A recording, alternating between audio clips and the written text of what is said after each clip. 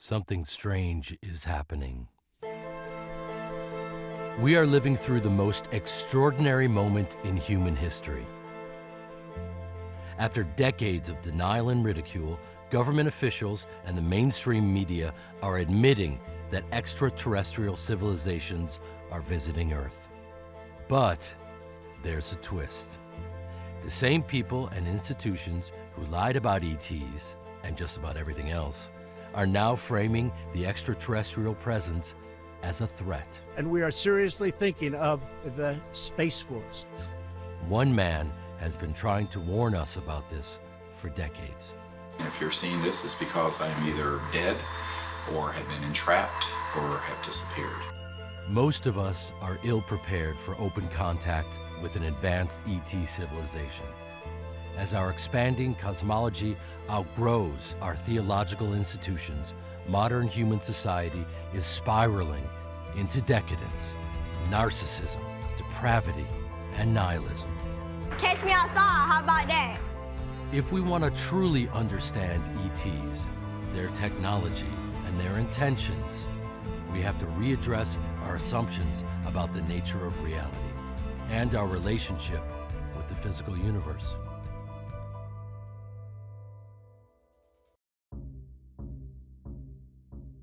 On the surface, UFOs are real, there are these machines zipping through the sky.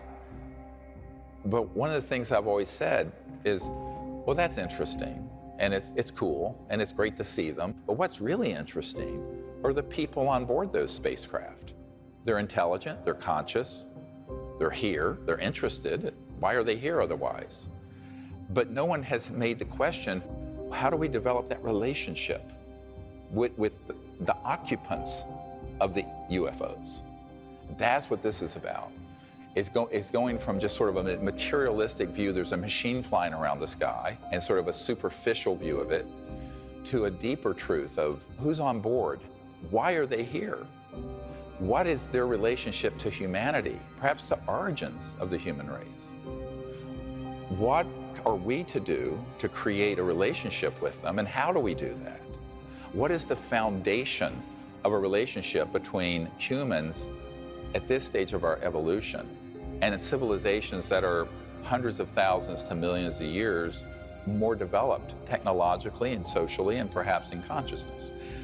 We have to find where that point of commonality is. I have put a briefing together for every president since Bill Clinton, and to the extent that they know anything, it doesn't mean they have control over these covert programs. The unacknowledged special access projects are run in a way that they are outside the purview and control of the president or the Congress. And for that reason, our elected representatives are unlikely to resolve this problem. But we can resolve it by going directly to these civilizations and saying, we're here. You can make contact with us. We're unarmed. We're friendly. Since 1990, a network of free thinkers and renegades have been bypassing the national security state to make direct contact with advanced extraterrestrial civilizations. Using the Close Encounters of the Fifth Kind protocols, or CE5, developed by Dr. Greer. This has proven to be the most subversive and dangerous information he has released to the public. Oh my gosh. Look at this shit, dude. Give us some look. Look at this. Dude, this is like type shit right now, man. Talk about look at this shit right now. Oh my god, look at this. These three lights, they keep coming together and then they fucking go apart. Watch this. Look at them. Look at that. Look at them. Dude, look at it. No.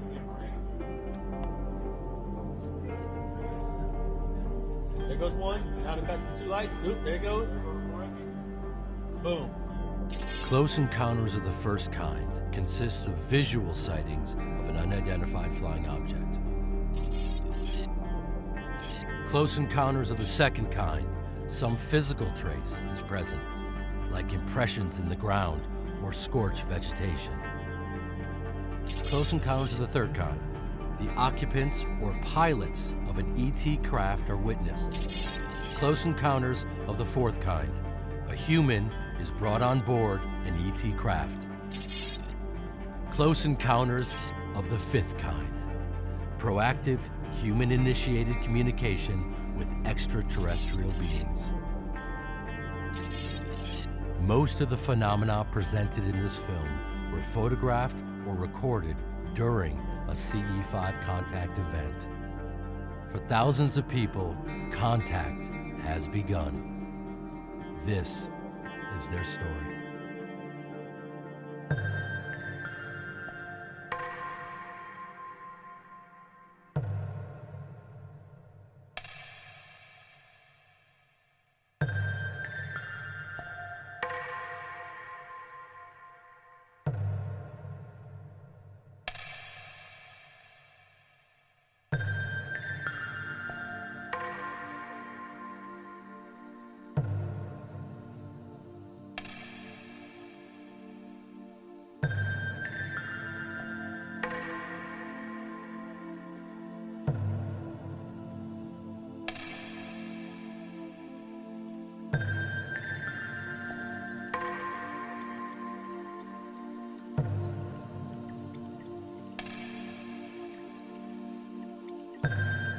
Look, there's four.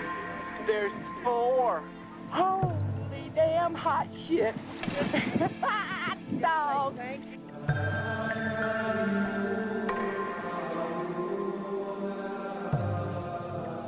Come on, buddy, don't go away.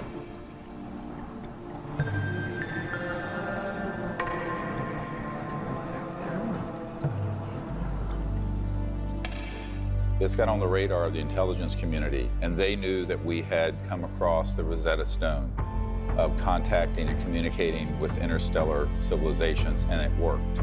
That is what started the intelligence community coming after what we were saying and doing and trying to intercept it. This is, in fact, cosmic disobedience on a grand scale.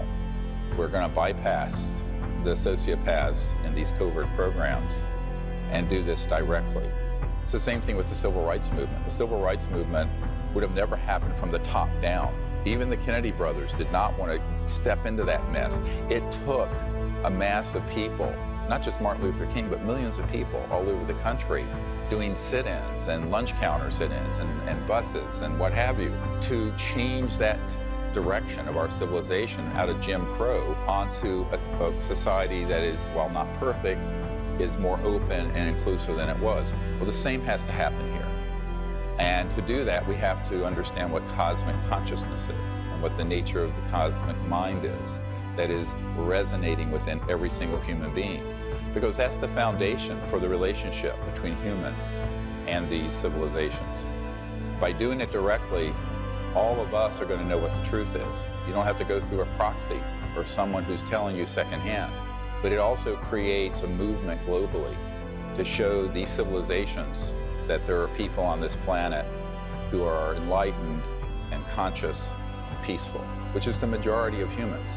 Because real disclosure is humans making contact with these civilizations directly. And these civilizations are waiting for us to do it. And so this is our opportunity. This is our moment. And it really is we, the people, that have to do it.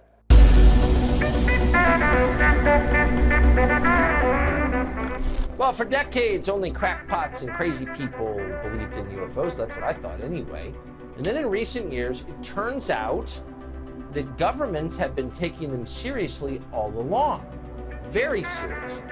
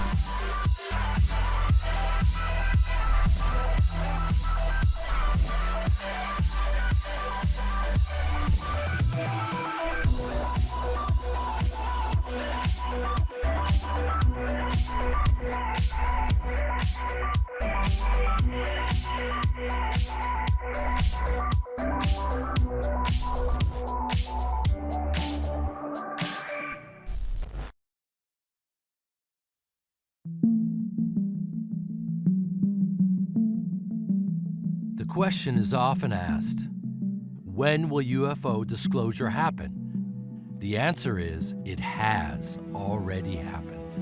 It happened in 2001 at the National Press Club in Washington, D.C., where military, NASA, and intelligence agency whistleblowers testified to their involvement in the UFO cover-up and the back engineering of extraterrestrial technologies.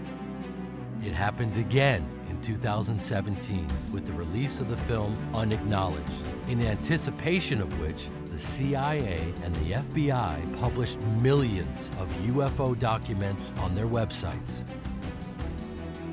Despite all this, nothing has really changed.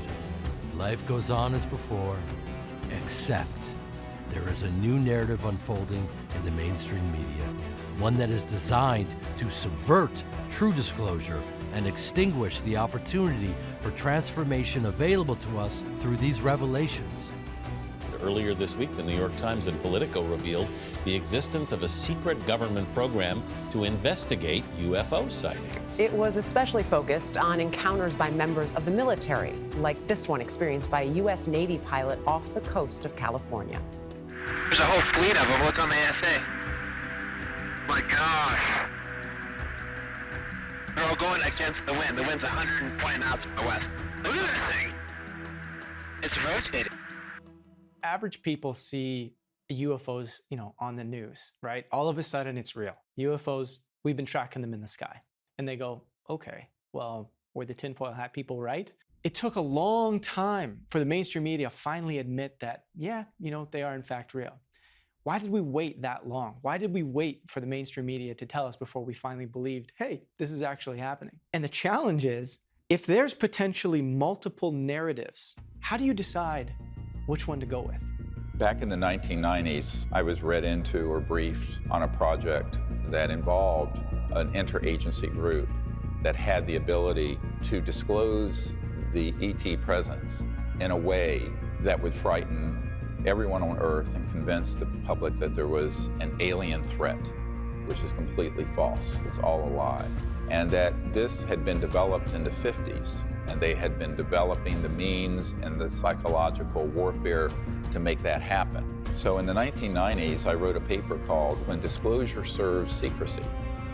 And what that means is there are two kinds of disclosures that might happen. A truthful one that is also a hopeful one, which is what I gave up my medical career to try to actuate, do.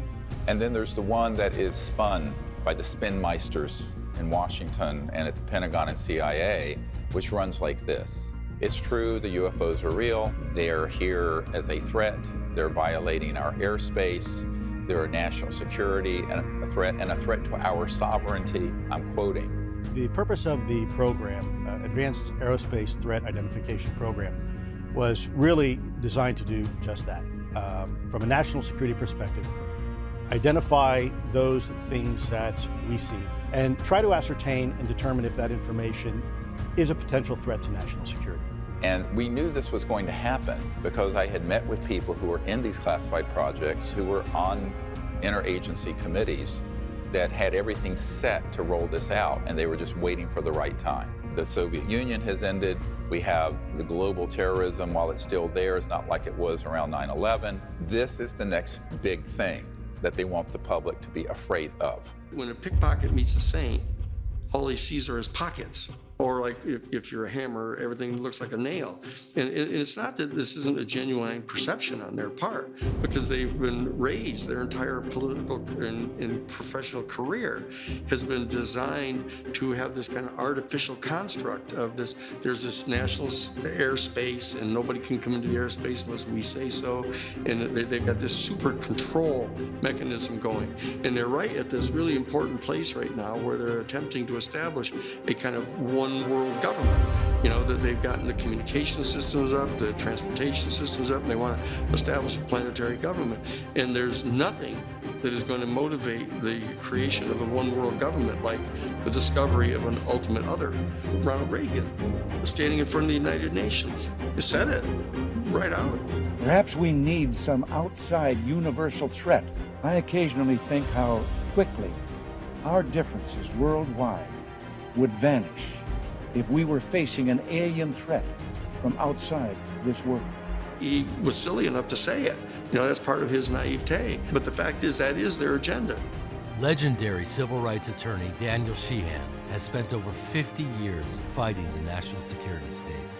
The Pentagon Papers and the Iran-Contra scandals are but two of his many landmark cases before becoming a whistleblower and legal counsel for the Disclosure Project in 2001. It's helpful, of course, for them to say, oh, UFOs are real. That's quite helpful. We've been trying to get people to understand that now for the last 30 years. But it's all immediately wedded to this fact that they're this horrible threat. And so we have to come forward with a positive set of programs, a positive vision for this. And that's what I'm trying to help get the Vatican and the Jesuit order to become involved in putting forth, a discussion about the theological and philosophical challenges that this presents to us. But it's not a national security threat. It's not a threat to our species. It's not a threat to our planet. It's a threat to our view as ourselves as the be-all and end-all, that the entire universe was created as a stage on which to play out the human drama of one single species. That ain't so. But let's get used to it, and let's figure out what the new story is. What is the new story? It is a positive story. What is our role in it? We may not be the star, of it, but we're a good supporting character in the unfolding of our universe. And let's figure out what that story is. The success of Unacknowledged, which has been seen by hundreds of millions of people now. Have you not watched Unacknowledged? What is Unacknowledged? You got to watch Unacknowledged. What is that one? Okay, you got to watch Unacknowledged. What is it? You got to watch Unacknowledged. Is that Stephen Greer movie? Caused a reaction within the intelligence community of the United States. And so what the major media has begun to do is to cooperate with the intelligence community in reporting all this information out, but with this peculiar spin, very subliminal at this stage, that it's a threat. The project was called the Advanced Aviation Threat Identification Program, run by an official named Luis Elizondo. I think this is a national security imperative. We have clear things that we do not understand how they work, operating in areas that we can't control. One of my first cases coming out of law school was for NBC to establish the right of journalists to protect their confidential news sources. I did the amicus briefs for the New York Times and the Washington Post, and also for CBS and ABC. And it was at that time that I began to realize that there was this close working relationship between the board of editors of the New York Times and the national security community. That there's conversations going on all the time between the board of editors and the national security people. And we actually got an affidavit from Teddy Sorensen saying that, oh yes, the national security state and CIA and everybody consult regularly with the New York Times to get them not to tell information about covert operations that we're engaged in. I was surprised to find that out at that point. I began to do an investigation about this as the lawyer for the Times now and for NBC, and found out that there were 42 full-time Central Intelligence Agency or NSA people employed by the major national news media. And they had a whole entire project called Project Mockingbird. And that they were deeply embedded with the major national news media, and they were constantly, from their point of view, safeguarding the information that was going to be allowed to get out. And it was quite clear that they viewed themselves as all part of the same basic fraternity. They all shared in the patriotic vision of the Central Intelligence Agency, being able to go around the world. The thing that we had the biggest challenge with on the Pentagon Papers case is they didn't want to reveal the fact that there was a massive assassination program going on, and it was being funded by heroin trafficking, to keep it away from the congressional funding investigations, etc. I thought this was a terribly newsworthy thing to tell about, but it was beyond the pale. That was not to be talked about here. You can talk about how bad the Vietnam War was, and even the fact that they lied about the Bay of Tonkin incident, but not this. Even the Air Force Office of Special Investigations officer, Richard Doty, admitted that he would bring bags of cash to national security editors in the major media to get their cooperation in this narrative.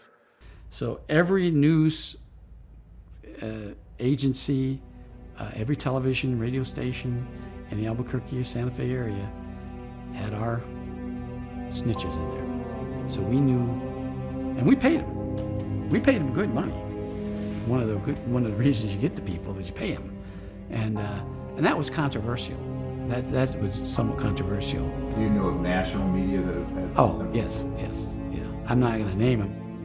What you have now is a concerted effort between mainstream media, social media platforms, and tech giants to say, let's gain control back of the narratives that we require to make sure that we can control how people think about certain topics. So now you have this fear-driven, you have this tight little box of what the UFO and the extraterrestrial subject is really about, how it relates to military, government spending, weapons, all the sort of conversations that are very common in the mainstream that people are going to relate to, that they, oh, okay, I can piece the typical dots together. Let me give you a great example.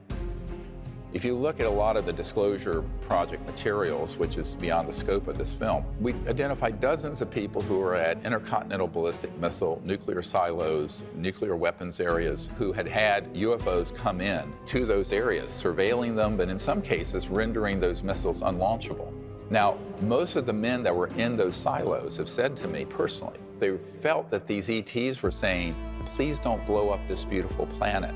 But if you do, if you go to mutual assured destruction, the full launch of nuclear weapons globally, we can intercept a lot of them so that you don't go to a full extinction level event. They felt that it was actually a very hopeful thing that happened.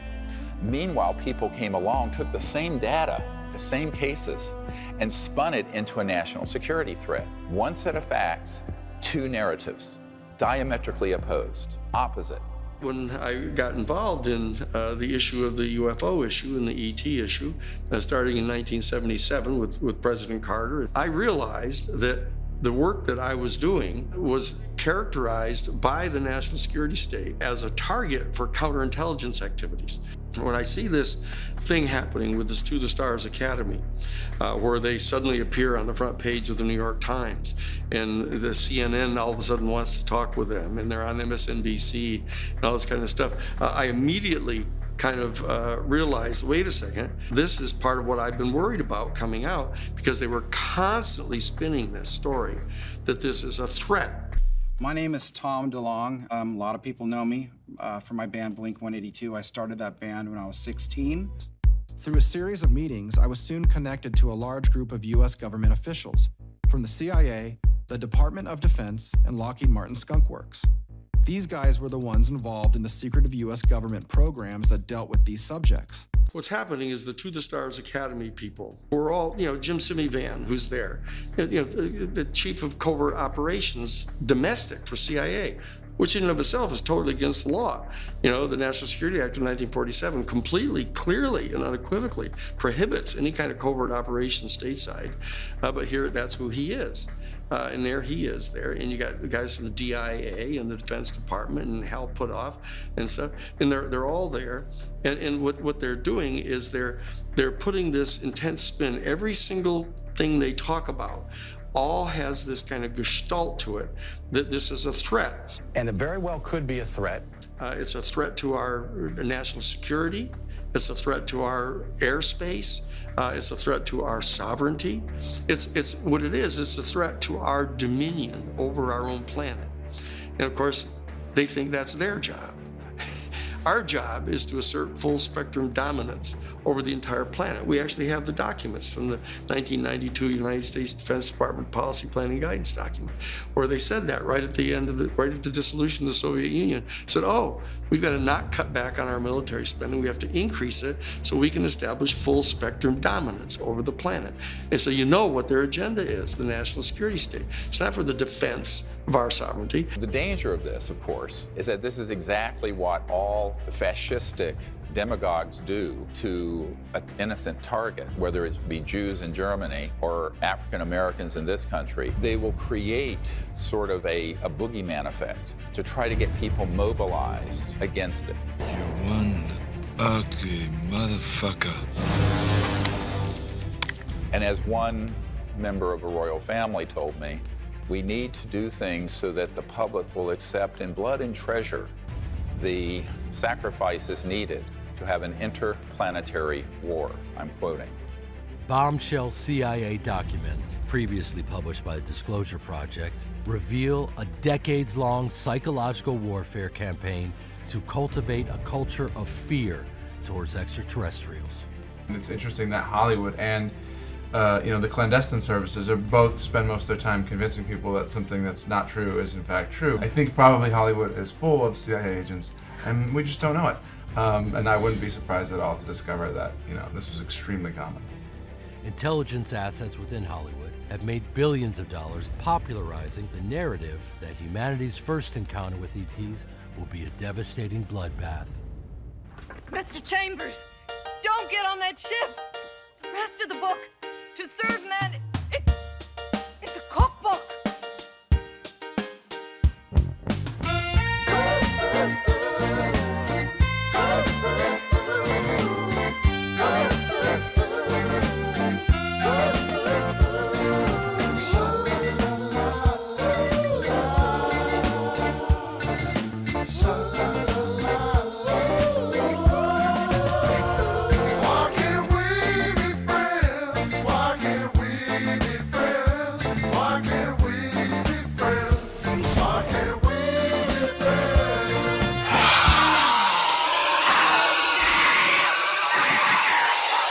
Let's go out into space and look at our planet over the last 100 years. World wars, hundreds of millions of people killed in war, the advent of weapons of mass destruction, our going into space in a competitive way with the Soviet Union for the Apollo projects and others, the degradation and destruction of our environment, our targeting of extraterrestrial assets around the Earth and in space, and successfully killing many ETs and downing their spacecraft. Out here in Fort Huachuca in Arizona, there's an underground facility where there are 9 different ET craft that are there with all the autopsied bodies. There's a man on my team who used to work in that facility near Tombstone, Arizona, not coincidentally, perhaps. This footage, captured by NASA's Discovery Space Shuttle on September 15, 1991, shows an extraterrestrial vehicle dodge an electronic weapon fired from Earth. Here, we see the craft slowly crossing the frame. There's a bright flash, and then it makes an abrupt right-angle turn and flies off. Moments after the turn, we see the shot fired across space where the craft had just been.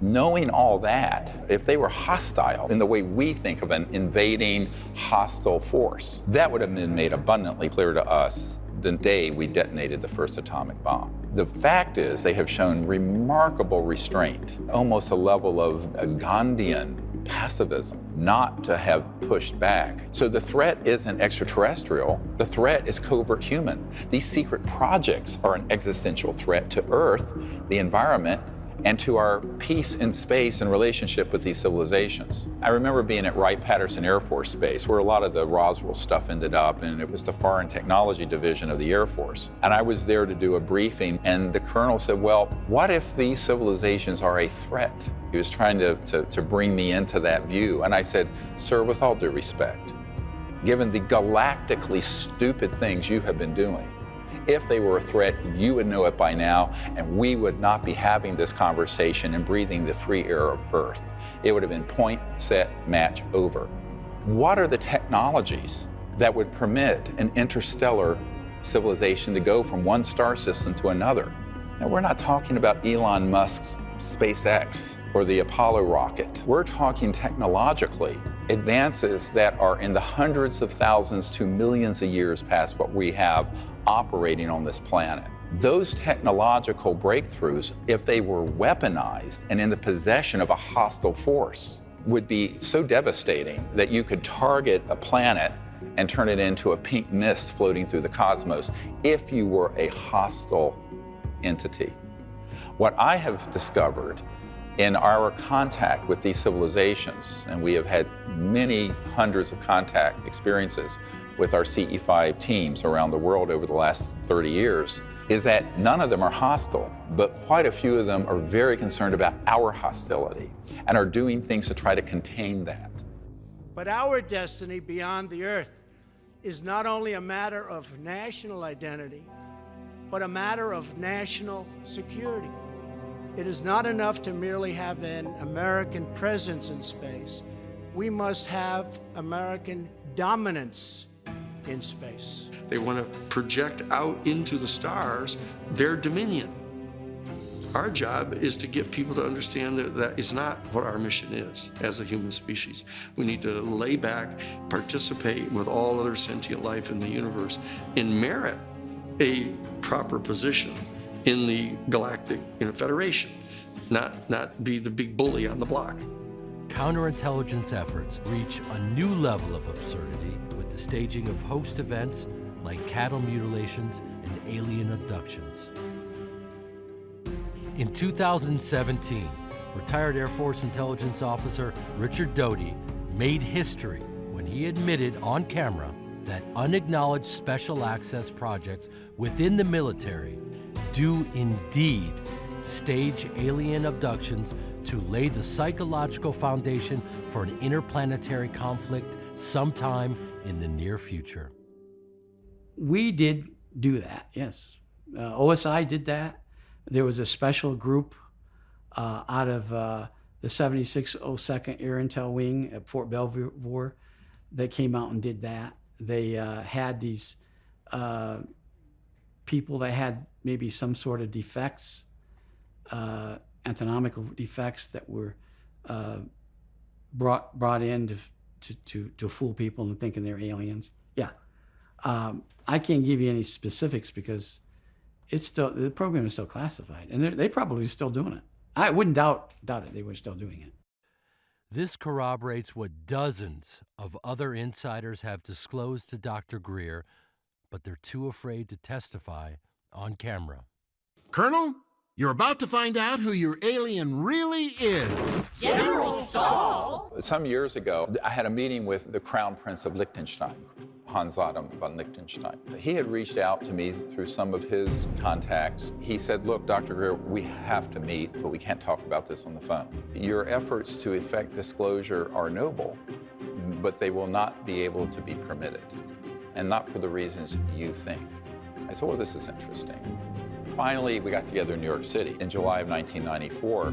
He said to me, in 1989, a group of us were trying to do disclosure, and it involved Gorbachev, President Bush Sr., himself, and the UN Secretary General Pérez de Cuellar. And in the course of us putting together the high-level planning meetings to do this, Pérez de Cuellar, the UN Secretary General, was abducted out of his limousine in Manhattan.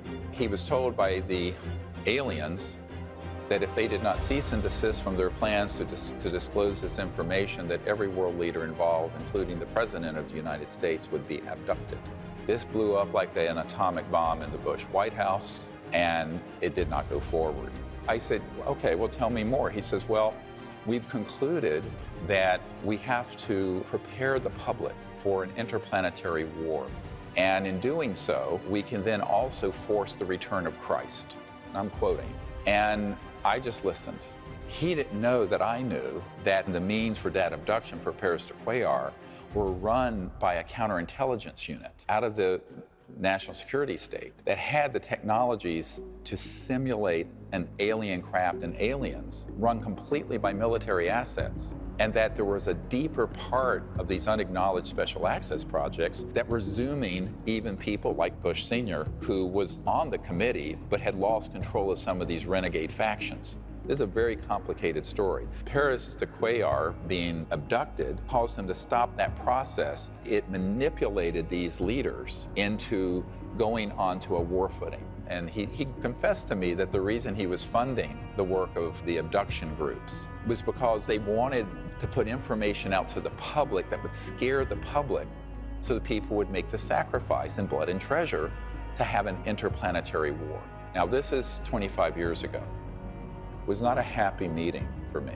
If there's any one thing that is going to mobilize people to allow the national security state to establish full spectrum dominance over our planet, it is this. The beings themselves, interestingly and very importantly, aren't putting out their own story. They're not doing that yet. They're trying to get us to understand it. They're trying to give us warnings. They're trying to help raise our consciousness, which is a critical part of this entire operation going on, and trying to get us to do this for ourselves. That's what this is all about. But the national security state realizes that that's a slower process, so they're now trying to hurry this up. There's a kind of an emergency process underway right now. Make no mistake about that. When I was briefing the director of the Defense Intelligence Agency, the very first thing he asked wasn't about this subject. He looked at me, he says, Dr. Greer, what we don't understand is why you haven't killed yourself yet. He said, well, my dad knew about some of this way back in the 60s. No one would do anything about it. So he took his revolver and ate his gun and blew his head off. Now this is a 3-star general telling me this story in the first 10 minutes we're together. I said, well, I'm sorry that happened to you, but I understand where your dad was coming from. Because it's sort of this,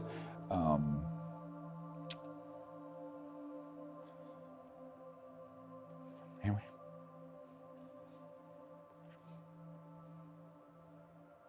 Oh, take a breath.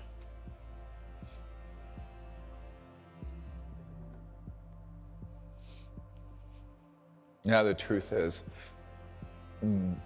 there are a lot of people who've been on my team who are military, who've killed themselves, others who've been assassinated. So the other thing that keeps me up is, you know,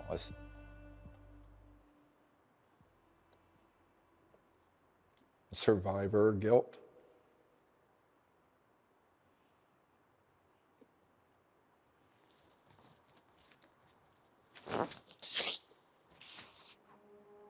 Sorry.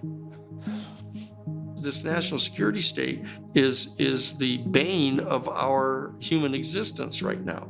And so we have to start disassembling that national security state because, you know, even assuming, say, Bernie Sanders hypothetically were to become president, you know, the national security state isn't even going to tell him where the washrooms are. You know, that whole group is going to descend upon him, and they're going to give him at least as much trouble as they've given Trump. If you got into the office and you found out something about aliens, if you found out something about UFOs, would you let us know? Well, I'll tell you, my wife would demand that I let you know. So that's why they want Joe Biden and Kamala Harris to come in and kind of, you know, continue to get things, quote, back to normal, where the national security state is functioning. They're all operation, you know, they're all going to brief Goldman Sachs, and they're putting people from Goldman Sachs in charge of the economy, you know, that kind of thing. We have to rise above those kind of dialectical politics. Bring the people up, raise the consciousness of the people, and have this function through democracy. I mean, we've got the tools here. They're in front of us, and we've got access to the internet still. They haven't taken that away from us yet, but there's a short window here. One exception to the almost universal failure of world governments to initiate peaceful diplomacy with ET civilizations took place in France in 2007. Then President Sarkozy's Ministry of Defense reached out to Dr. Greer to train its senior officials in the close encounters of the fifth kind protocols. During a covert test run in the French countryside, ET craft were tracked overhead going 200,000 kilometers per hour. And this massive mauve-colored craft partially materialized a few meters from the group. Since the operation was swiftly halted by national security state interests, it remains the duty of we the people to become peaceful ambassadors to the universe. Much like a denial of service cyber attack can bottleneck and bring down a computer network, millions of people initiating contact would completely overwhelm the national security state's ability to subvert disclosure. The national security state people, and potentially working with and through the To the Stars Academy, are going to be pitching this problem. Say, well, you know, we can't just let our whole civilization know that there's this highly advanced, technologically superior society out there, and because our whole culture will collapse. Whereas, in fact, it's quite clear that it's their defense of the elite, this 1% of the human family that basically ends up controlling over 40% of all of the wealth on the planet that they're really defending. And it's their world that they're trying to defend. So that you see that this is a subset of a larger question about how spiritual consciousness and the evolution of consciousness, of understanding what we really are in the makeup of the universe, is a threat in itself to this elite. because that is the dissolving away of these kind of differences among ourselves, and this coming into a full ownership of our proper place in the universe puts these people out of business as the ruling elite. And so that the raising of consciousness of our human family is so closely related to the opening onto the extraterrestrial experience that both of them together are viewed as a threat by the elite. What they're afraid of is that this is such an accelerator as people have these repeated contacts with the extraterrestrials, their whole consciousness starts to rise. They start becoming aware of the fact that we're damaging our environment. They can become aware of the fact that nuclear weapons are kind of an insane thing to have. War is a really bad idea. This is a spiritual experience. It's a spiritual stimulation that's coming. If you take someone from Italy and someone from Japan, very different cultures, very different people, personalities, backgrounds, emotional temperament. Now, extrapolate that out across the cosmos. Think of the vast differences there are going to be. How do we make any sense of that if we aren't anchored into something deeper? And that point of commonality has been folded within each of us. And that is, we are awake, conscious beings. They are awake, we are awake. That faculty of being aware of awareness, the consciousness, not what you're conscious of, but the means to be awake. That is a singularity. And once we're anchored into that state of consciousness, the unitive state, then there aren't any aliens. There are just other people who are a little different from us. This is the point where we can make contact most easily.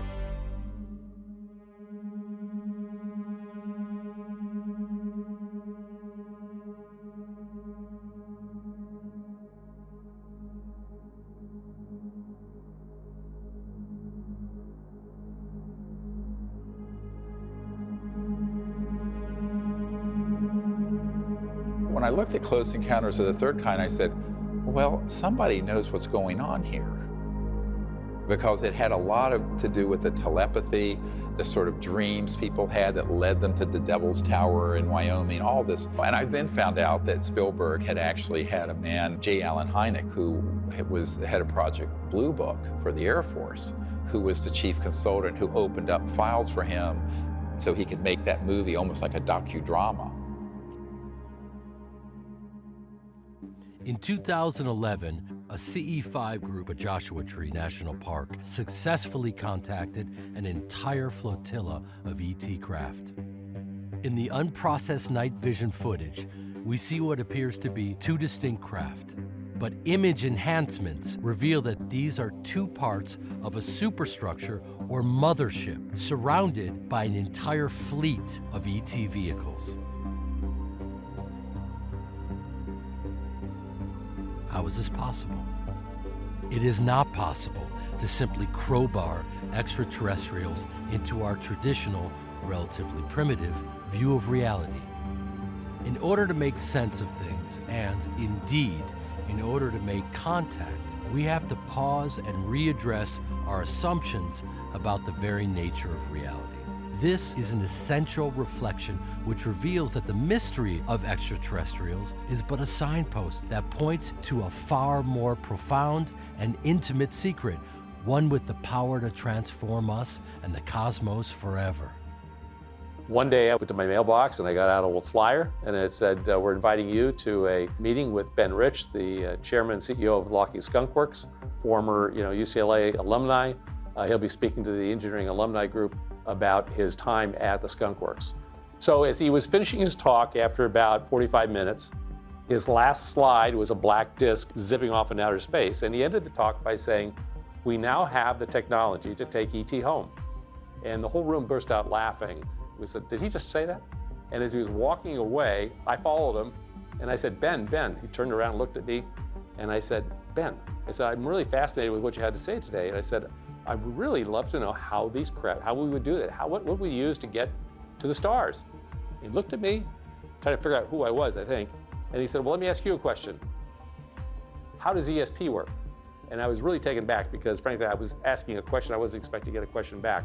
So the first thing that popped in my mind was all points in space and time are connected. So I fired that answer back to him. I don't know, all points in space and time are connected. He said, that's how it works. He turned around and he walked away. This astonishing admission from a top military-industrial complex insider proves to be much more than a simple analogy. The physics of UFOs, how they travel and communicate through interstellar distances, how they generate power, how they're manufactured, is beyond the grasp of unclassified mainstream science. Instead, a model of reality that accounts for ESP is the only model in which we can begin to comprehend ET technology. If you're traveling beyond the speed of light, I call it the crossing point of light. It's like this beyond the sound barrier. Well, there's something beyond the light barrier. And you're going from, say, the Andromeda galaxy. That's 2.5 million light years away. So at the speed of light, it would take 2.5 million years for them to get here. The speed of light's too slow. You cannot go from point A to B through the cosmos through a linear system of transportation. Moreover, you cannot communicate through those distances with something at the speed of light, which is what your cell phone and all these radio frequency electromagnetic communication devices we use now on Earth are using. Any civilization that is here, that is interstellar, by definition, is transdimensional. They're passing through other dimensions and dropping out of linearity and going from A to B, boom, almost like a teleportation where it's that resonant effect from point A to B. Any communications systems that these ETs have are also going at the speed of not light, but of thought, a quanta of thought. We think of consciousness and thought as this sort of amorphous, irrelevant, interesting, but mystical thing. But the central operating system and communication system for all interstellar civilizations is consciousness and thought, and technologies that interface with them. God, prana, chi, magic, consciousness. Every culture throughout history has had a word to describe this intangible energy that connects everyone and everything. Decades of laboratory studies show that our minds have a mysterious ordering effect on quantum-level phenomena. Despite overwhelming scientific evidence, most people would still be shocked to learn that certain scientists have known that the force is real for a very long time. One of the people that I met in the course of doing this work was astronaut Edgar Mitchell, who was the sixth man to walk on the moon. We have sightings of all sorts. There seems to have been a great deal of secrecy surrounding the so-called UFO event. He had an experience in space, an expanded state of consciousness that led him to form the Institute of Noetic Sciences to study the science of consciousness. I also brought him to the briefing I did in 1997 with the head of intelligence for the Joint Chiefs of Staff, Admiral Tom Wilson. The data on that has since leaked out. Edgar Mitchell realized there was this connection between space and these extraterrestrial life forms and the science of consciousness that was very integral to the study. Most of the people that I have met with in senior science, NASA, aerospace, and intelligence community figures know that the key missing ingredient out of most people's understanding of the whole UFO phenomenon is the science of consciousness. The ETs are trying to encourage people to understand higher consciousness and universal mind, to be able to have a relationship with them that's going forward into the future. And Edgar Mitchell realized that quite early on because of his own personal experience out in space as the sixth man to walk on the moon. What's the nature of the universe we live in? What is our relationship to the larger reality? If that's a part of the larger reality and we're denying it, that to me is unconscionable. I theorize that there is a spectrum of consciousness available to human beings. At one end is material consciousness. At the other end is what we call field consciousness, where a person is at one with the universe, perceiving the universe. Just by looking at our planet on the way back, I saw or felt a field consciousness state. Dr. Edgar Mitchell. We've thought for a long time that the closer we could look at the operations of cells in our body and our brains, the closer we come to finding the location of consciousness. And while there's been fantastic work at mapping neural connections and understanding more and more about the brain and memory, what we find is that we still don't know where consciousness is. Adam Michael Curry is an inventor and entrepreneur whose groundbreaking work as a teenager caught the eye of Princeton's Dean of Engineering, Dr. Robert John. Dr. John recruited Adam into the Princeton Engineering Anomalies Research Lab, where they studied the mysterious ordering effect of consciousness on quantum systems, an effect they called mind-matter interaction. Now, a non-localized picture is the picture of consciousness on which we're converging now, which is to say that consciousness does not seem to be strictly produced by the brain. It involves the brain, but there's something much deeper going on here. Consciousness may not be localized to our bodies, but may be a fundamental feature of the physical world in which we live. The universe looks less like a big machine than a big thought. Dr. Dean Radin, Chief Scientist, Institute of Noetic Sciences. Consciousness, this faculty of being sentient, awake, is not limited to our brain waves or our bodies, but in fact transcends the limits of space-time. It's an unbounded field of awareness. And that is true whether you recognize it or not. Interestingly, it doesn't matter if you intellectualize it. That is the reality of it that has been proven through scientific studies, such as Dr. John's work at Princeton, where they would have people put their awareness on a random number generator that's spitting out zeros and ones randomly, and would intend to shift it, say, towards zeros, and it would shift without any linear wires, just their thought. Essentially what a random number generator does is it looks at something intrinsically random in the physical world, typically a quantum process, and it converts those into a string of ones and zeros. So you can think of it kind of like a coin flipper where heads is 1 and tails is 0. Now if you collect a large enough sample size, you find a 50-50 distribution of these ones and zeros, meaning physical reality is behaving the way it should. Well, if you get somebody in front of the machine and you ask them to use their intention to mean shift the thing to more ones or more zeros, what you find is that there's, not all the time, but often a significant mean shift in the direction of their intention. Now that's a very simple experiment, but the implications are absolutely profound. That suggests that, in fact, consciousness does not seem to be just an illusion or just a localized phenomenon, but that it does have some sort of capabilities to affect the probabilities at the deepest layer of reality, down in the basement layer of the quantum world somehow. In this flow, mind and matter are not separate substances. Rather, they are different aspects of one whole and unbroken movement. Dr. David Bohm, physicist. The best way to understand non-locality is to understand that in both physics and in consciousness, there is a connection that exists amongst all things, from photons to people to awareness, that isn't limited by space and time per se, that are woven within each other. Dr. Emoto, the Japanese scientist, began to experiment with water and people putting their intent on the water. And he did photography that would show these different crystalline structures. If it was a very negative emotion, the crystals would be all dissonant. But when it was highly ordered conscious or love, the structures were these beautiful ordered structures that he would photograph. And this was repeated by other scientists.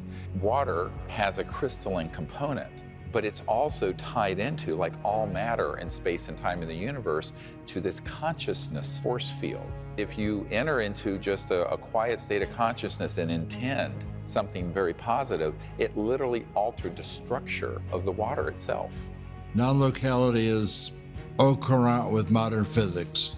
Schrodinger talked about non-locality and entanglement in the 1920s, but it really wasn't until 1970 that Friedman and Clauser at Berkeley discovered that photons born together like identical twins can move off into the distance from one another, and you grab one twin and you change the polarization of the other, even though they're very, very far apart.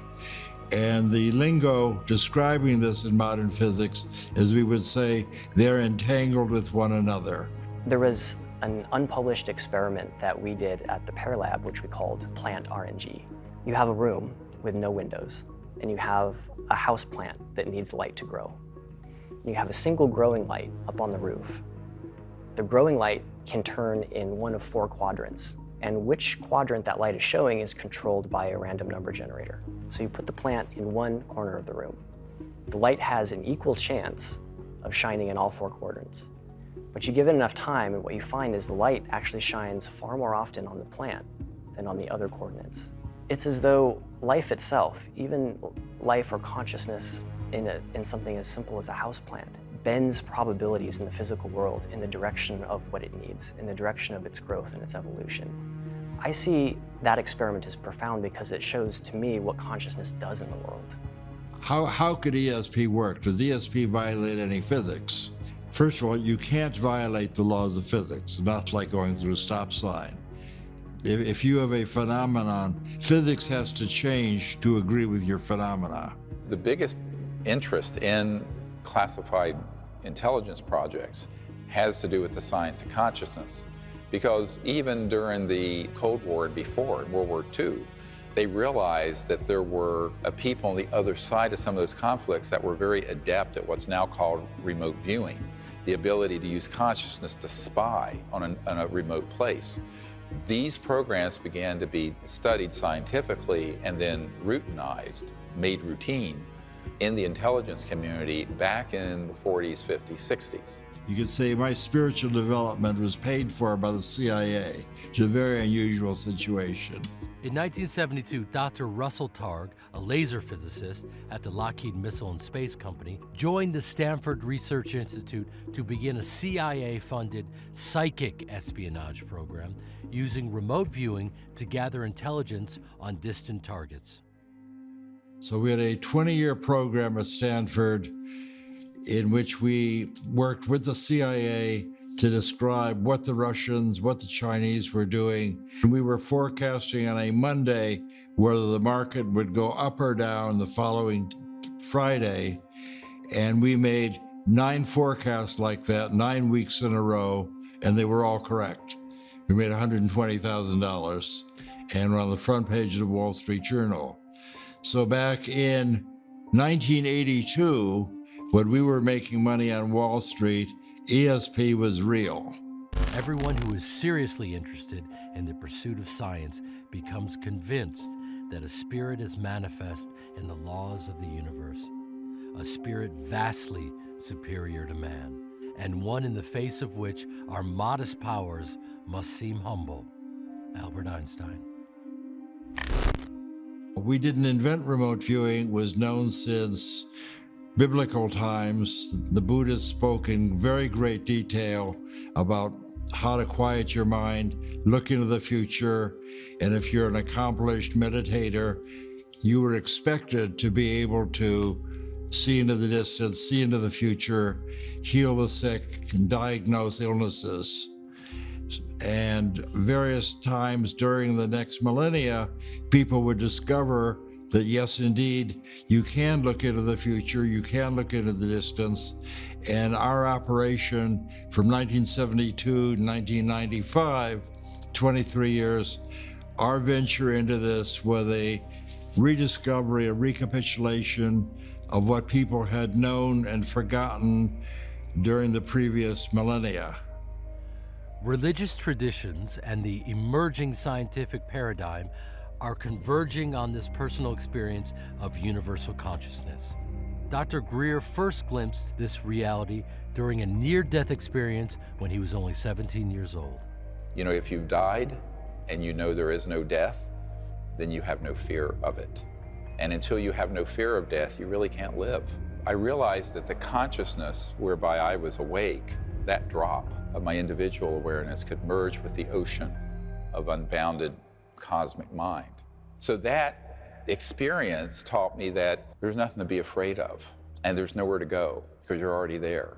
You just have to open to what's already there within you. This liberated me in a way that I can't even imagine. It is true liberation.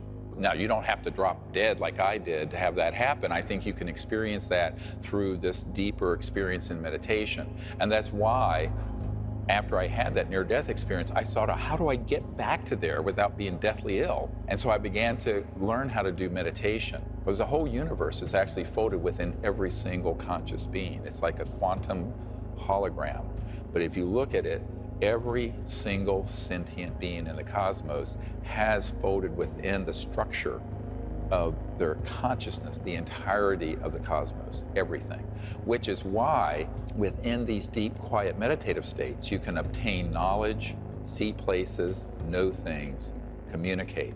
Because in reality, it's always there. You just have to get into a quiet state of consciousness where it opens to you. Dost thou reckon thyself only a puny form when within thee the universe is folded? Baha'i teachings. And so I began to be a student of the ancient Vedas. What I learned was that they had a really excellent articulation, explanation of consciousness, the science of consciousness, higher states of consciousness, and their effect. Now, their effect are known as siddhis, S-I-D-D-H-I-S. For example, the ability to levitate, teleport, dematerialize, rematerialize, bilocate, trilocate, go through solid objects. These are all things that develop spontaneously as you enter into deeper and deeper and higher states of consciousness. Precognition, telepathy. And these were not considered exotic phenomena. These were considered abilities that were available to the experienced meditator. It's just part of quieting your mind, part of the practice, and it's all available. We have to participate in consciously evolving these faculties that we have that can directly experience dimensions of reality that at the present time are out beyond our direct, immediate sensorial system. That's what we're engaged in. That's what this is all about. And that's what these beings are. These beings obviously probably come from like a red dwarf star, some of them, where they've been around 10 billion years longer than we have. And so they've evolved these other faculties in addition to being able to see and touch and taste and do the things they do. You know, and so people are saying, what is our relationship to these beings? Why is it that they even look as much as they do like us, or why we look like them? These are all profoundly important questions of our relationship with other sentient life in the universe, and to understand our place in the order of things. When you accept what this science is showing us, that we are all connected, and you then say, well, hold on a second, if we're not just connected with human beings, but we're also connected with the plant life, with the planet itself, with the entire animal kingdom, and you begin to develop that deeper sense of empathy with all that, who's to say that that interconnectedness doesn't extend to all the other planets, to the cosmos? If we share that with extraterrestrials, what does that world look like? If consciousness and thought can affect something at a distance, and at a very great distance, even many miles or thousands of miles away, instantaneously, what does that mean for us communicating with a civilization that is centered in the science of consciousness? And that is their chief operating system. It's not electromagnetic, they use it, but it's beyond that. So now add to everything we know about the internet and communications and telecom, and then add a deeper level of trans-dimensional physics that involve electronic devices very clearly picking up intended coherent thought. That's what you're dealing with. It's like Dr. John's random number generator experiment on a cosmic scale, but at a level of perfection where there's precision with the thought that you project to it, its reception, and then its activity. Interstellar civilizations are using consciousness-assisting technologies and technologies that assist their own consciousness, both, in all their travel and communication systems. The central operating system for any interstellar competent civilization is the science of consciousness and all the physics that go with that. We can see an early example of consciousness technology in the Mind Lamp, developed by Celeron. This prototype integrates a random number generator into a color-changing light. Think of a color, and the lamp turns that color.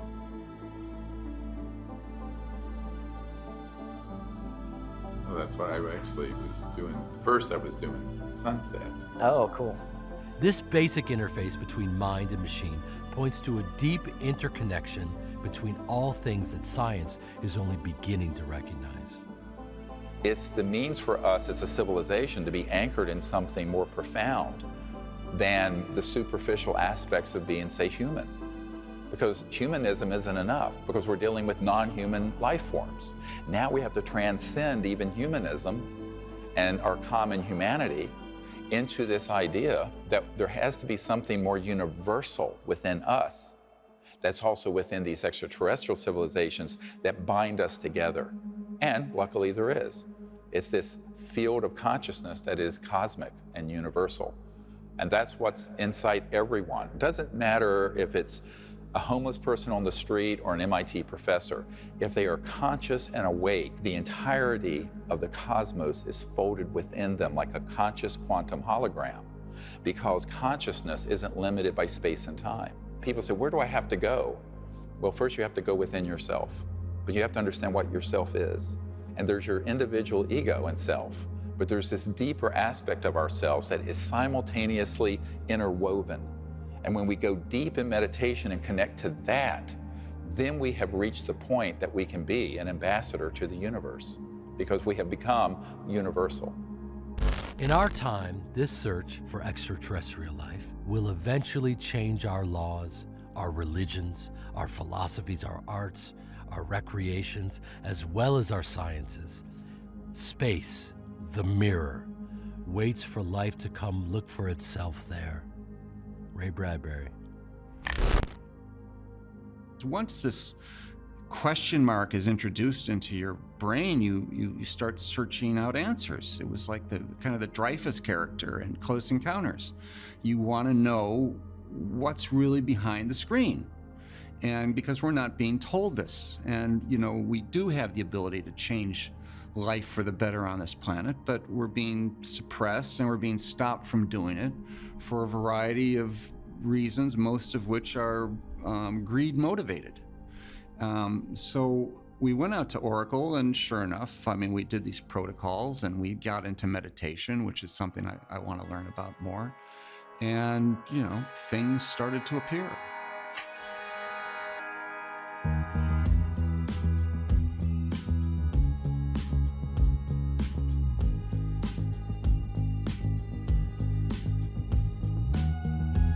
Wow. Oh, no. Oh, and it's fading out. Yeah, it just went away. It just faded out.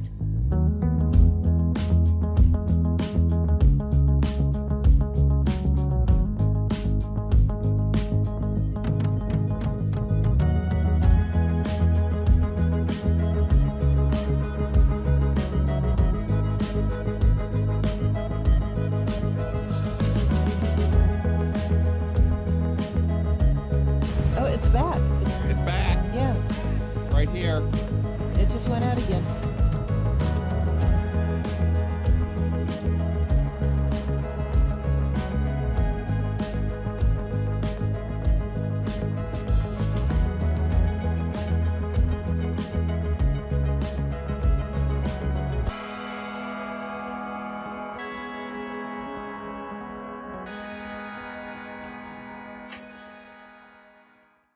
The steps of this are that you sit in quiet consciousness, and you don't have to have a full-on samadhi or whatever, but just in quiet consciousness, connect to that aspect of your mind that is unbounded, and then intend to sense, feel, see, know where the ET craft is. It could be in another galaxy. Connect to those beings, politely invite them to come and visit you, and then you connect to their communication systems and their consciousness, which are integrated, and you show them where you are.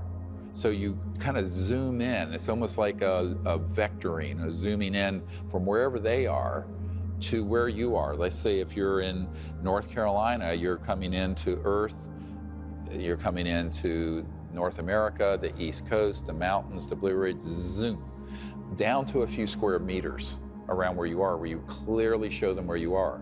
And you do this in a coherent thought sequence that is continuous. Got it. Oh my gosh. Oh. Wow. It's very easy to do once you practice it for a while. The key thing is to first take about half an hour to meditate, go into quiet mind, then sense where they are, and then invite them. Well, people say, well, you're calling them. I say, well, no, it's not like that. You're actually making contact in consciousness and thought before they arrive in their craft or transdimensionally around you. And when the ETs approach us most profoundly is when everyone in the team is in a coherent state of consciousness and are clearly doing this with the intent. This cohesion with the group, this meditation being part of making contact, which I had no idea. Even though I'm looking at your YouTube videos, that component didn't resonate. It was my scientific brain saying, well, I'm gonna go look at UFOs. What happens in these groups is there's a coherence between a bond between the group. And when there's a love and a connection there, it enhances the part of making contact because we're together, we're one, there's like a fine love there between all of us. The second or third night, we had the twin ships come, from the Atlantic Ocean, 9:10 at night. Here's all of a sudden this ship comes in and it's like the size of the sun and it's pulsing. And Dr. Greer, you signal it with your laser and then a second one manifests and they're both pulsing.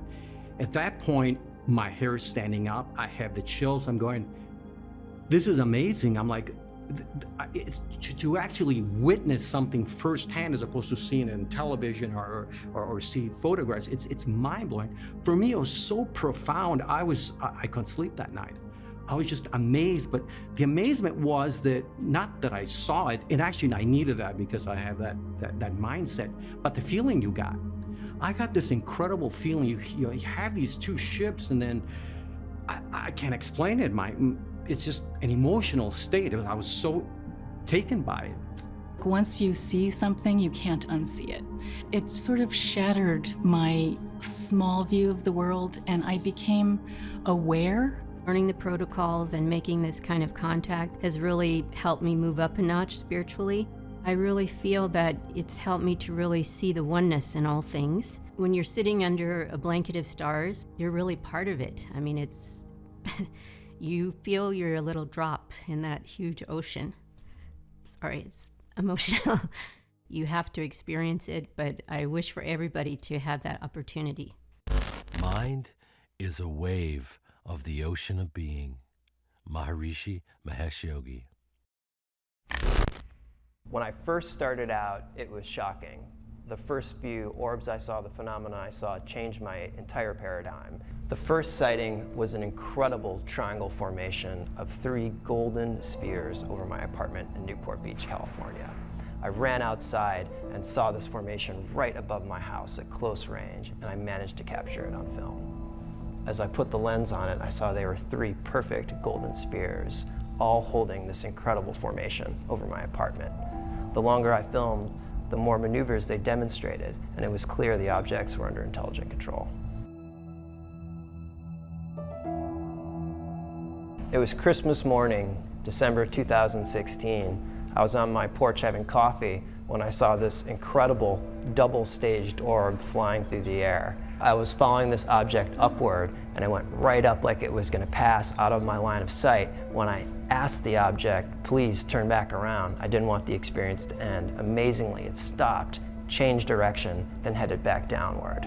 That was truly profound to me, that I could meditate, send my thought into the universe, and then have a visual response in the sky to confirm that we are interacting with each other. That says something about the nature of mind, the nature of the phenomenon itself, and the power of our own consciousness to interact. In October 2018, we had the biggest sighting I've seen yet in Long Beach, California. My girlfriend and I were in the backyard when we saw this huge white object in the sky. This was different than most of the normal orbs I've filmed. This object was elongated and almost looked like a moving portal in the sky. Amazingly, once I got the camera on it, an incredible triangle formation of orbs shot out of this main object, and I captured it on film. You can hear how excited I am in the film to see this again, this triangle formation for the 3rd time. Fuck is that thing? Wow. Holy shit. Continued to film the object as it traversed across the sky when suddenly it started ejecting a series of these smaller orbs, 50 smaller objects and counting. Strangely, I could only see the smaller orbs on my infrared camera. They were not visible to the naked eye. It goes to show you how much is flying around in the sky that we can't see.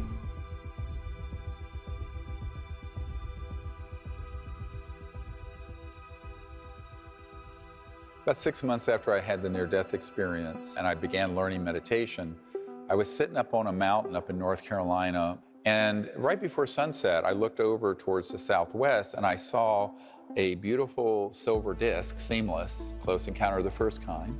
It looked exactly like the ET craft I'd seen when I was 8 or 9, when I was a child in North Carolina, which actually ignited my interest in all of this.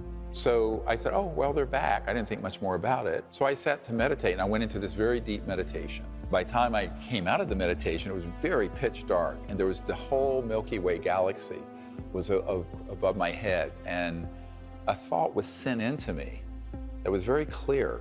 It wasn't my random thought or hallucination at all. And it said, behold what a beautiful universe God has made. And with that, I went right into the state of consciousness that I was in the near-death experience, except now I'm awake and standing on the mountain. And at that instant, I became aware that there was sort of a glow, an energy field right below the peak and through the forest. I thought it was a deer standing on its hind legs, and it had these beautiful deer-like eyes. And I went, what is that doing here? You know, and I realized it wasn't a deer, and it actually appeared and then dematerialized, came over and touched me on the right shoulder. But I could sense its energy field was still there. It was phasing in and out of 3D and the near dimension of astral energy. And when it touched my right shoulder, I could actually see my ski jacket indent. And all my hair stood on end. It was like this electromagnetic pulse. And I had long hair, and it was sort of ding. At that instant, I vanished off the mountaintop onto the ship. And then we were, bang, almost instantly out in space. So at that point, I stayed in this meditative state and was teaching the ETs what it was like to be in that state of consciousness, but also be a boy, a young man on Earth. They were very interested in this. And then we kind of merged together in our meditation, and I created with them this protocol for making contact with them. 2 years later, Dr. Greer attempted to recreate the experience during a meditation teacher training course in the French Alps, resulting in the first mass witness CE5. What we experienced in France was really life-changing for me. It was the summer of 1975, and that was the year we both turned 20. When we were in teacher training, it was very intensive. We were meditating, doing yoga, listening to endless tapes of Maharishi. So I did a deep meditation, went into this state, and could sense where in space these ET crafts were, connected to them, introduced myself by name, and then vectored them like you would vector a jet into JFK Airport. All of a sudden, right out of nowhere, appeared a metallic, silent, tetrahedron-shaped silver ship. It just appeared. And I said, "What is that, Steve?" There was no sound. And it was just suspended in the air and then gone. And there was just the blue sky again. It will happen if you do it with just a pure state of innocence about it. And that's when I realized that this can actually be done with groups of people. And I just filed that away. Snoopy 2, if you would, turn towards the tower and show me your light so I can look over that way with the glasses. Snoopy 2, roger. Look out, I don't know where they got to now. There was 2 of them. They were low, and then they went to about 4,000 foot and started circling. There was 2 of them, no navigation lights at all on them. In 1977, Dr. Greer discovered how precisely he could vector ETs to a specific location. Upon reconnecting with those beings using the CE5 protocols, he showed them his location in the Blue Ridge Mountains, but first directed them to where he was born and raised, in Charlotte, North Carolina. Then he went to sleep. 2 objects over the Coliseum. Yeah, I do have something. I got a Cessna out there eastbound. I don't know what the other one is. Negative, you got 2 of them out here and they keep circling. Unbeknownst to him, that attempt to initiate contact precipitated a major sighting over Charlotte involving pilots and air traffic control. An insider has leaked the FAA traffic control tapes that corroborated the encounter. Snoopy 2, no sir, I'm not painting a target right now. Every day, Roger. We got something out here flying around. I don't believe in flying saucers, but it ain't aircraft, so I don't know what it is. What I experienced was that I'm awakened and there's this kind of beautiful cobalt blue ship, maybe 20 feet above the ground outside my window, the bedroom window. This wakes up my housemate who's in the bedroom adjacent to mine. He comes running out, says, "What did you do?" And the lesson from that was the specificity of the vector. In other words, I was very specific. I vectored them first to Charlotte, showed them where Charlotte was, the epicenter where all this was going on was over the part of Charlotte where I was born and all that, and then guided them from there up here. And I think what they were saying to me is, we can be very specific with instructions, and we'll show you that. It was a teachable moment. And I sort of felt like I really shouldn't do this unless I have some higher purpose to. Sounds like a close encounter. 72, Roger.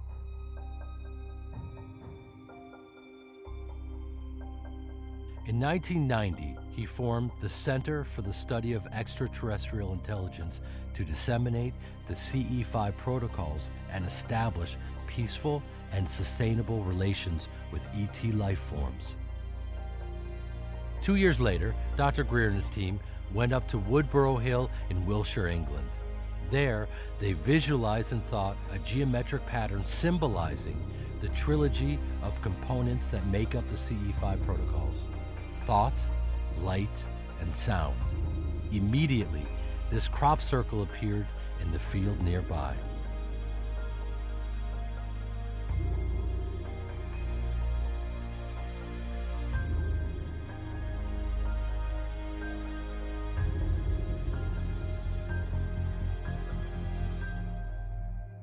So some of these civilizations that we're interacting with on our teams are in the order of 1 billion years beyond our development.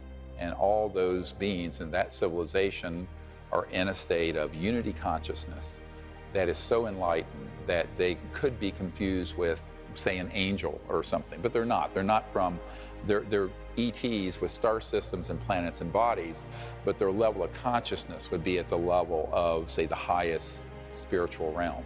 There's a precise correlation to the kind of technology that you will observe and the level of consciousness that civilization has attained. Let's take our own civilization. We're mostly still separate people, and we are operating through a reductionist separate paradigm. We're also still very violent and destructive. So let's look at our technologies. Oil, we're burning something and destroying the air. Nuclear power, we're splitting and tearing apart an atom to create heat, to turn a turbine, to create electricity. Coal, we're digging stuff up and destroying mountains and then burning this stuff in a fiery furnace. It's all very destructive. And so our technologies are a corollary to our inner state of consciousness. In 1964, Soviet astronomer Nikolai Kardashev proposed a hypothetical scale of measuring a civilization's level of technological advancement based on the amount of energy they're able to utilize. A level 1 civilization, also called a planetary civilization, can use and store all the energy available on its planet. At that point, their main focus becomes the development of higher states of consciousness. Because they have all the technologies to meet everyone's needs. There's no shortage. Their economic system is non-economic in the sense that there is an infinite abundance for everyone because of these technologies that can materialize things out of the substrate of space-time, the elementals of space-time. So at that point, a civilization becomes really focused on the development of higher states of consciousness. And as they evolve in consciousness, their technologies evolve with them. They will begin to then unfurl the mysteries of consciousness and these cities I mentioned earlier in the Vedas, but those get applied technologically, which include levitation, teleportation, dematerialization, bilocation, where the same object can be instantly resonantly created and be in two places at once. We've had this happen on our team. As water by cooling and condensation becomes ice, so thought by condensation assumes physical form. Everything in the universe is thought in material form. Paramahansa Yogananda. I like this story of this Lockheed Skunk Works top secret witness who defected. He was trying to learn a technique to go into meditation but then astrally project. And he did. And he went up out of his body with his astral body of light, went up into the air and slammed right into the side of an ET spacecraft. Well, what he couldn't understand was that when he bumped up against the ET spacecraft with his astral body, the body all of you, when you have a lucid dream and you're flying over the water or flying over, that is your body of light. Same thing when you have a near-death experience, you go in your body of light. Well, his astral body hit the side of this craft and it rocked it. And then he popped inside and the ETs were looking at him like, my God, why don't you watch where you're going? Cosmic faux pas. But he moved the ship. He says, how did my astral body move that ET spacecraft? I said, because the density of that spacecraft, resonantly, energetically, was identical to your astral body, because with the naked eye, it was shifted out of 3D into this dimension that is increasingly conscious energy and conscious forms. And since like can interface with like, your density of your astral body and that craft, because it was shifted to that level, it could interact with it. Now, had it been a 3D craft that had stepped down, like a transformer, stepped down into full 3D, he would have gone straight through it, because the density would have been different. The resonant field interface would have been different.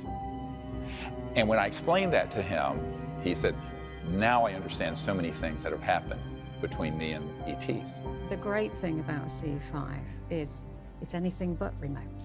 It is true contact. Oh my God. That was great. During a CE5 expedition at Mount Shasta, Dr. Greer and his team were in contact with an interstellar object and its occupants in the field in front of them. Suddenly, this light ship lifted off from the ground and turned left, phasing in and out of 3D space-time before vanishing in clear skies. This was visible to the naked eye for everyone present. You know, Dr. Greer says our first interest is an academic interest, and in my case, that was how I got into this. But very quickly after that, it changes to a heart, mind, and soul connection that is really a very powerful driving force in your life. And it's important to go from the academic interest to the experience level. And that's what happens very quickly. You make this transition to an experience of this new lifestyle, this new understanding of our place in the universe. We wanted to take action because it's important to not only learn about this academically, but then to take action on it. It was very empowering for me because I felt like they helped to let us know that we are on the right path, and then we have the power to make a change. It changes you completely. It changes your heart. And then your entire life changes. All things from that point forward are possible. I have a friend in Holland. Her name's Linda, and she has some very amazing footage that she's captured. First, I came from Hessdalen, that's Norway, where you have a lot of activity there. I wanted to go to bed, and something said, no, you have to go outside. Putting my camera up, and then I said, okay, if you're there, can you just fly by and stop? So the craft came at a very fast speed and stopped, and then, okay, and flew away. This is amazing. It'll stop, turn left, turn right, move around at all kinds of angles. And she's had multiple events like this happen. What will be evident in that footage is what she has actually asked for them to do. So I know there's one case where she has told me herself that they have produced a V shape, and she requested that in consciousness. So I looked up and suddenly something appeared in front of me. And then I said, "Are you there?" And then they come out. They divided themselves in 6 balls and then 3 balls, and there were lots of other lights. We see this quite often, but it's very unusual to get it on video. And this is why it's a fantastic example of the kind of maneuverability that these spacecraft can make. I really do love it when people get things like that and they can show people that are new to the subject, because it's really inspiring.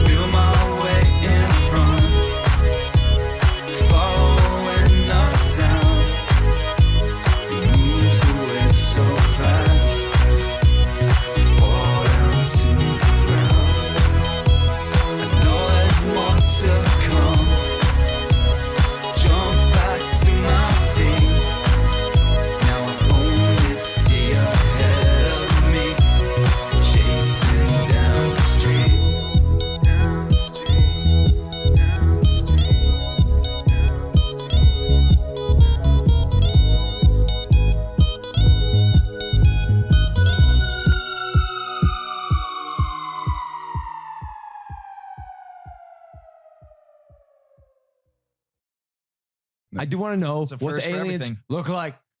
All right. Well, the one, for example, that healed this man's hearing, who is in our circle, sort of very triangular head, about 5.5 feet tall. The photograph of it is beautiful, but the experience that this man had was more beautiful. Had a great experience at Oracle and ended up having a healing experience. We did these protocols and we got into meditation and things started to appear. And we're photographing it, and we're seeing it, and we're watching it, and we're looking around and everyone's mouths are wide open. A lot of times these craft, they pop in and out so fast that to try and capture them on a telephoto lens is next to impossible. While in deep meditation, they heard a being walking behind them, phasing in and out of 3D spacetime. Marconi adjusted his camera to shoot in the direction that Dr. Greer pointed. All of a sudden, a teardrop-shaped, trans-dimensional object materialized between Ed Moen and a medical student, which was witnessed by most of the circle. We reviewed my photos from that particular time, and there on the hillside, standing behind a man named Ed Moen, was this being that everyone was like, whoa, what is this? This being has a very triangular face and has been seen on a number of our expeditions, and they are known as master healers. Ed he wore hearing aids in both ears, and he couldn't hear, half the things people were saying to him. Had hearing loss, from high school. I would avoid parties and social settings where lots of people would gather together because it was uncomfortable not to be able to hear. Got to my room and I felt this draw to go back out there. So I got up and walked out, and I saw this red light out in the middle of the desert about 300 feet away or so. I connected with it right away. I could feel it. I knew that it was aware of me and that it was indeed the thing that was calling me. So I invited it to come and hang out. At one point, Daniel heard me talking to this red orb, and he couldn't believe it either. He went and got his camera and took a short video clip of this red orb. He said that for the next 45 minutes he had a communication with them, and at the end of the conversation he said, "Do you think you can do something about my hearing?" Got some sleep, and when I woke up, I went out to breakfast with some of the people in the group.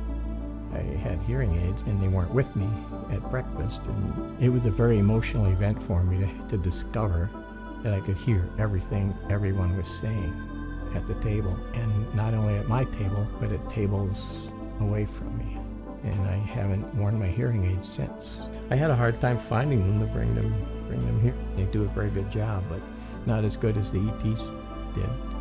It's changed my life, you know, it really has. And that's the part that gets me. I didn't know this happened to him until I saw him the next day on the hammock. And he was just relating the story, and he was crying like a baby. And just to watch the emotion coming out of him was very moving, and he's had perfect hearing since then. My takeaway from the event and from my experience with the ETs is that they've been in my life a long time, and I just didn't know it. It's such a beautiful world waiting for us. It's useful for us to think about our own experience over the last couple hundred years. You go back 200 and some years and show Thomas Jefferson a modern smartphone. To anyone of that period, it would look like something that was magic. Any sufficiently advanced technology is indistinguishable from magic. Arthur C. Clarke.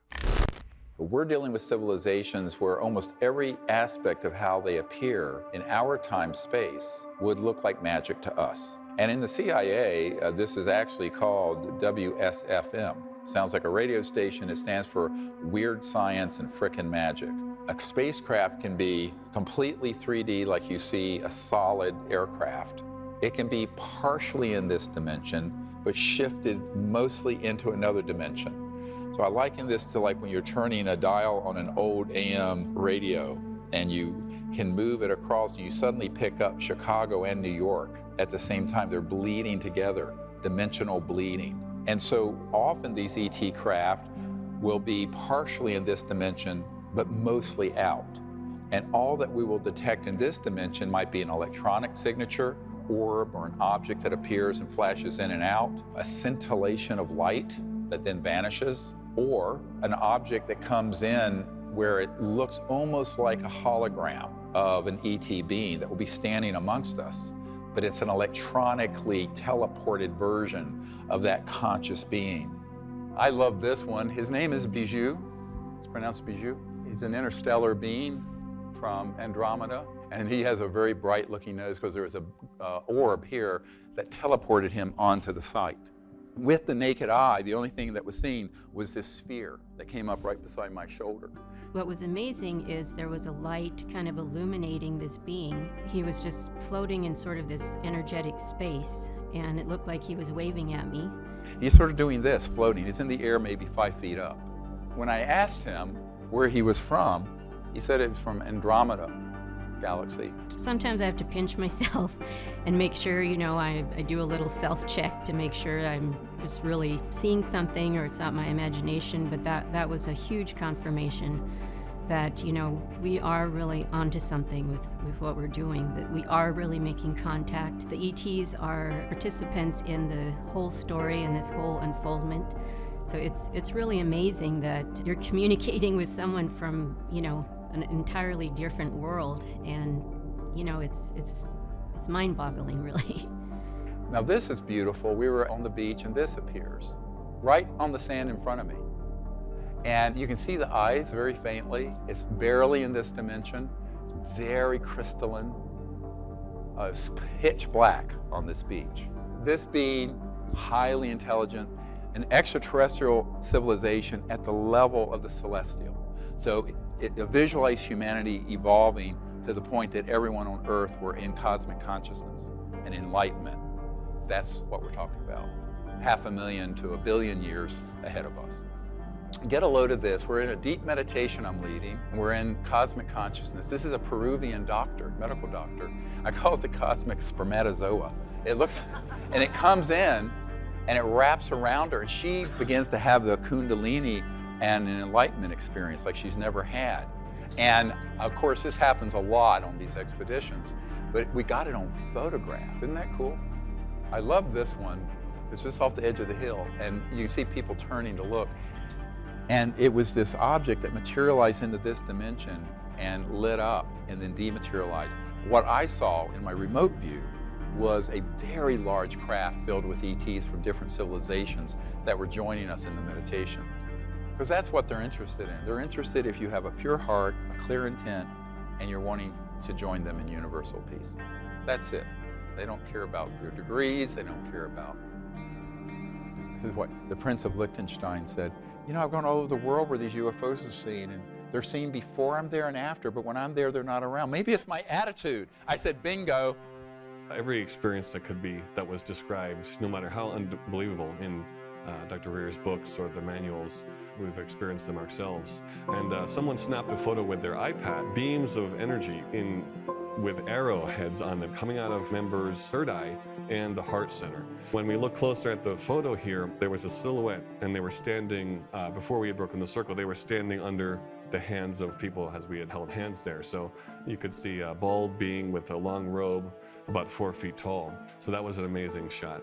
What I began to understand is that there's this whole spectrum of phenomena that involves 3D matter, light, sounds that emerge, tonality, electromagnetic interface. For example, we have electronic devices we'll have out, like a radar detector, magnetometers that pick up the magnetic field shift.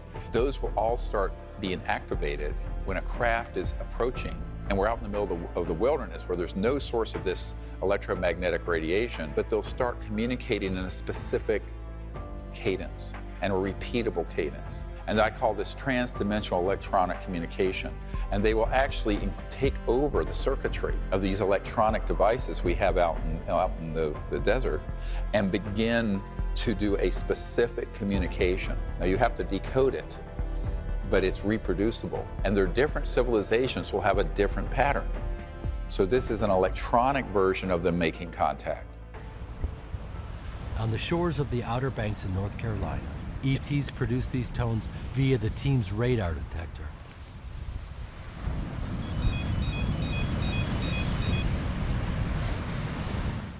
An enormous golden object appeared, illuminating the ocean.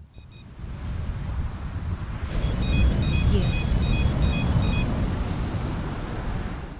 Another object appeared and made a 180-degree turn, a maneuver that no satellite can make, then dematerialized in clear skies. What comes up in the context of CE5 is something's happening. What is it? How's it going to affect me? Is it and all the drama comes up. The Independence Day images, the drama that's all through YouTube, all of the programming that is out there comes up because we're saturated in it. What I would suggest to people if they are experiencing fear or if they feel apprehensive about doing it, make sure you do it in a group.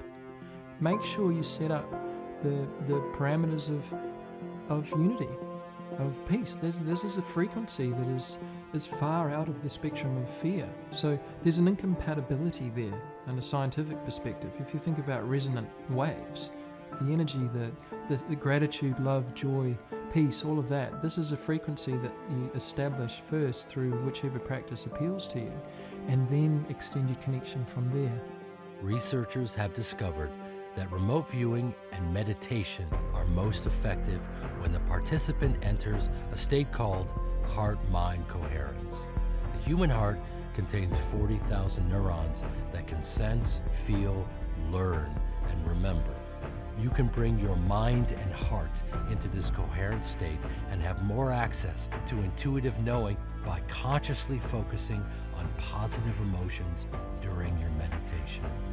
These beings they respond to our thought. They respond to our thought, so they will not be invasive. And if you're feeling like you want to continue whatever contact experience that is happening, but there may be a bit of residual fear that you're trying to work through, tell them. Say, look, I'd love to carry on doing this, but I feel a bit scared right now. Can you help me with that, And they will. And that's the other evidence I know they're not hostile. We've been all over the world thousands of hours with thousands of people, have had all manner of contact at a distance, and intimately, beings, ET beings appearing in our rooms, all kinds of things. No one has ever been harmed. No one has ever been harmed at all. This isn't an official document on the FBI website, sort of hidden in plain sight. But it really confirms everything that we're explaining, but also the experience we've had. And this isn't from 1947, so this is 72 years old. He goes through and describes that they are peaceful people, they traverse these dimensions, that they have these abilities in consciousness. He even relates to some of the Vedic terms of the kind of capabilities witnessed from these beings. All matter originates and exists only by virtue of a force which brings the particles of the atom to vibration.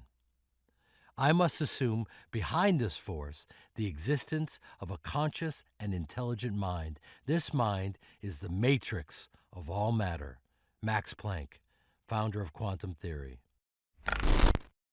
Even though what I'm doing with CE5 is what I'm most ridiculed for, it was the project that got the most respect and attention from the intelligence community because they knew it was real. They knew the science of consciousness is real. They knew that these ET civilizations utilize communication technologies that interface with thought and telepathy and consciousness. They all know this. This is an open secret in the intelligence community. We all think that power is derived from your weapon system, your financial clout, the usual materialistic paradigm. The reason that the deeper elements of the intelligence community have this intense interest in it and don't want the public to know is that, first of all, it is extremely efficient spycraft, which they don't want others to have. Secondly, they know that if people understood the power of consciousness and of mass consciousness, they would be able to completely change the direction of the planet. That is, to me, the big secret. Most people have heard of the random number generator studies through the Global Consciousness Project. A question tonight, can you actually measure the emotional outpouring in a worldwide crisis? Sometimes scientists think that they have done just that. Their machines and computers found a bizarre pattern right after several global disasters. This was an experiment in which researchers placed dozens of random number generators around the world and analyzed their data to see if they could discover anything about global or collective consciousness. On September 11th, a few hours before the first plane struck, this network of random number generators became more coherent, less random and more coherent. It may sound bizarre, but Dr. Nelson and his team have been at this for the better part of a decade. The first spike showed up in 1997 with the death of Princess Diana. Other events like the Concorde crash, the Madrid train bombing, and the Pope's funeral all registered on those random number generators. But early on the morning of September 11th, the data went off the charts. The odds of this being a coincidence is less than 1 in 100 billion. This shows there is a deep relationship between collective consciousness and the physical world. Sociology studies of meditators, where they go into a community, say you have a town of 200,000 people, and they would send in 1% of the population equivalent, 2,000 people, to go into deep meditation. And they found that emergency room visits declined, violent crimes declined, robberies, all kinds of negative behaviors declined, even though those people didn't even know they were in the city.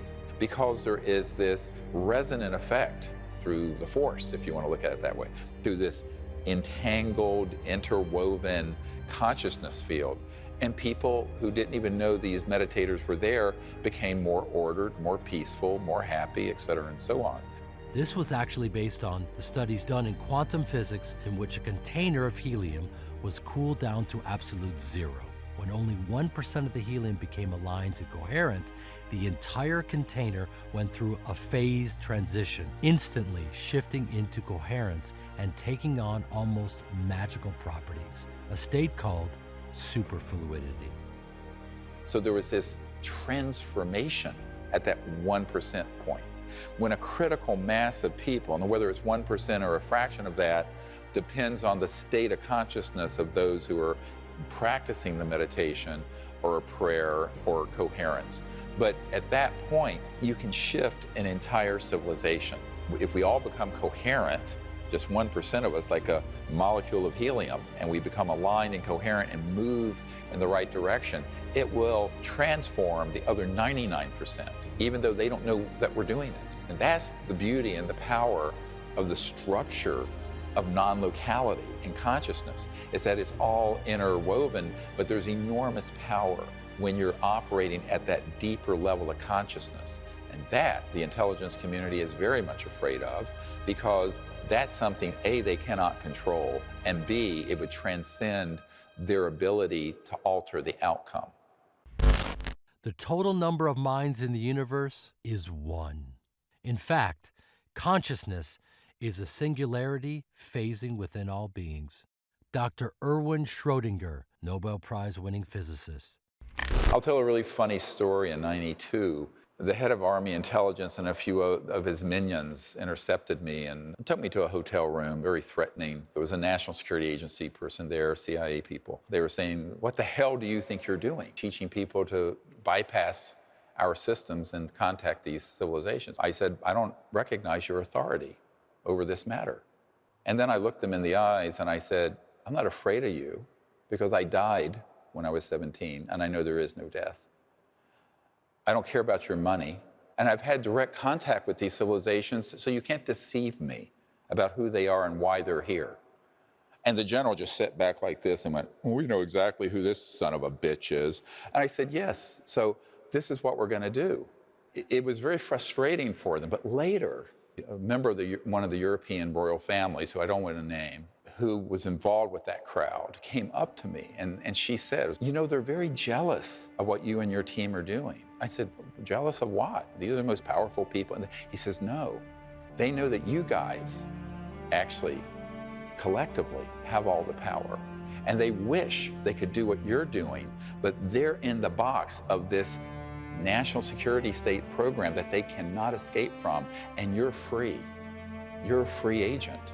You're free to do wonderful things, and they're not, and they're really jealous of what you guys are doing."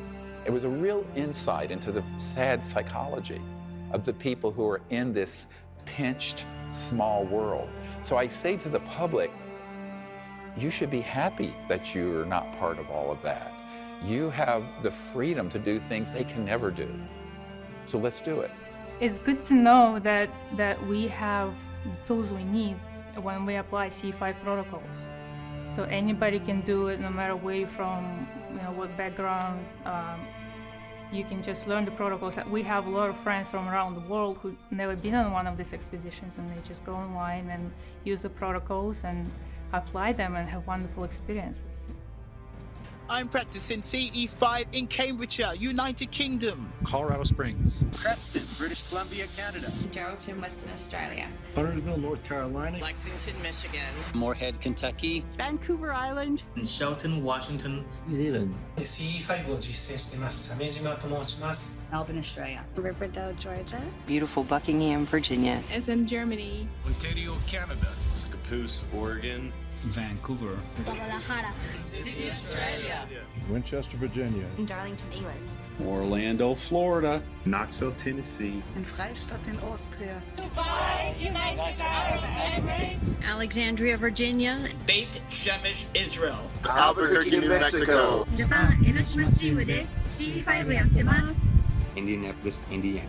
England. Signet, Tasmania. We are doing a CE5 in Hong Kong and making history. People from all walks of life are becoming interstellar ambassadors and experiencing transcendent states of consciousness in union with these beings.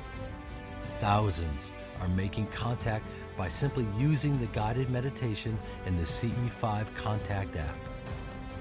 It's up to the children of Earth to become active participants in the unfolding of our universe and not leave it to the power elite. Once we reach a critical mass of people, a coherent and enlightened minority can transform the rest of humanity instantly. It's more about what your intent is. Do you have a pure heart, for lack of a better word? Do you have a clearness in your mind and in your heart? Can you bring your mind and heart into resonance together and invite these civilizations to connect with you in this great purpose, this great journey that we're launching on as a civilization where we are going to become interstellar. Interestingly, there was a colonel named Philip Corso, and Colonel Corso wrote a book the day after Roswell, and one of the events that wasn't known was this encounter he had with an ET at White Sands missile range, and right not far from where the first atomic bomb was dropped. And this was 1956, and an interstellar vehicle came in and it landed. So he gets in his Jeep, rushes out there, it's his young, brash colonel, and has a meeting, an encounter with this ET. At a certain point, the ET asked the colonel to switch off these radar systems that had piggybacked on them, electronic warfare systems that were knocking these spacecraft down. And the colonel leaned in and said, "What's in it for me?" And the ET looked at him and said, "A new world, if you can take it."